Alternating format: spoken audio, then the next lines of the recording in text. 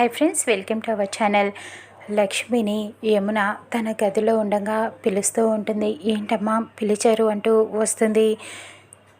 ఇదిగో పేపర్స్ అని చెప్పి ఇస్తూ ఉంటుంది. ఏంటమ్మా ఇవి అని అడుగుతూ ఉండగా, నువ్వు విహారీ ఇంక నుంచి కలిసి ఉండకూడదు, మీరిద్దరు భార్యాభర్తలు కాదు, నువ్వు విహారీకి విడాకులు ఇవ్వాలి అని చెప్పడంతో ఒక్కసారిగా ఆశ్చర్యపోతుంది లక్ష్మి.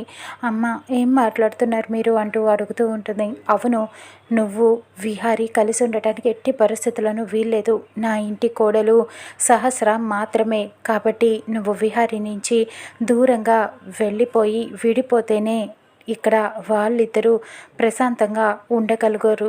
అందుకని నువ్వు విడాకులు ఇవ్వు. ఏం చేస్తావో నాకు అనవసరం. విహారీతో కూడా నువ్వు ఈ పేపర్స్లో సంతకం పెట్టించాలి అంటూ పేపర్స్ని ఇస్తూ ఉంటుంది. లక్ష్మికి ఏం చేయాలో అర్థం కాక బాధపడుతూ కన్నీళ్లు పెట్టుకుంటూ ఉంటుంది.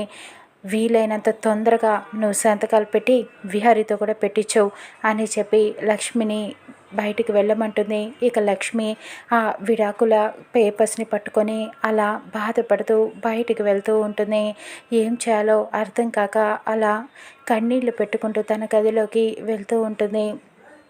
విహారీ నుంచి విడిపోవటం లక్ష్మికి ఇష్టం లేదు కాబట్టి అలా బాధపడుతూ వెళ్తూ ఉంటుంది. డోర్ బయటే ఇటు పక్కన విహారీ ఉంటాడు.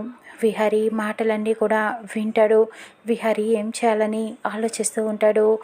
ఇంకా విహారీ లక్ష్మిలు శాశ్వతంగా నిజంగానే విడాకులు తీసుకొని విడిపోతారా?